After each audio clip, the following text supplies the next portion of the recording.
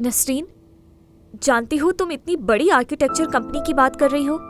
मेरे इतने सवाल करना तो बनता है ना। मुझे यकीन नहीं आ रहा था तुम्हारी बात पर। ठीक है, मैं फौरन निकलती हूँ।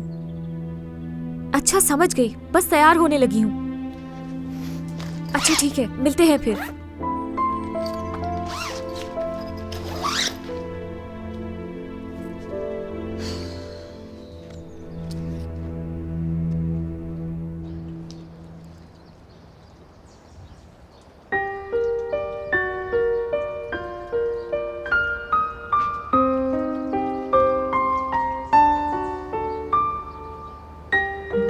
बहुत शुक्रिया।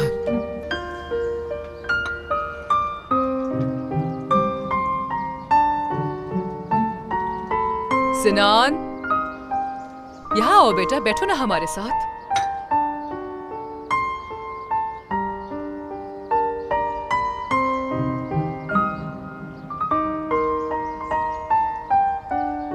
Good morning. Good morning. Study करने के लिए थोड़ा जल्दी उठ गया था मैं। अब अपने रूम में जा रहा हूँ।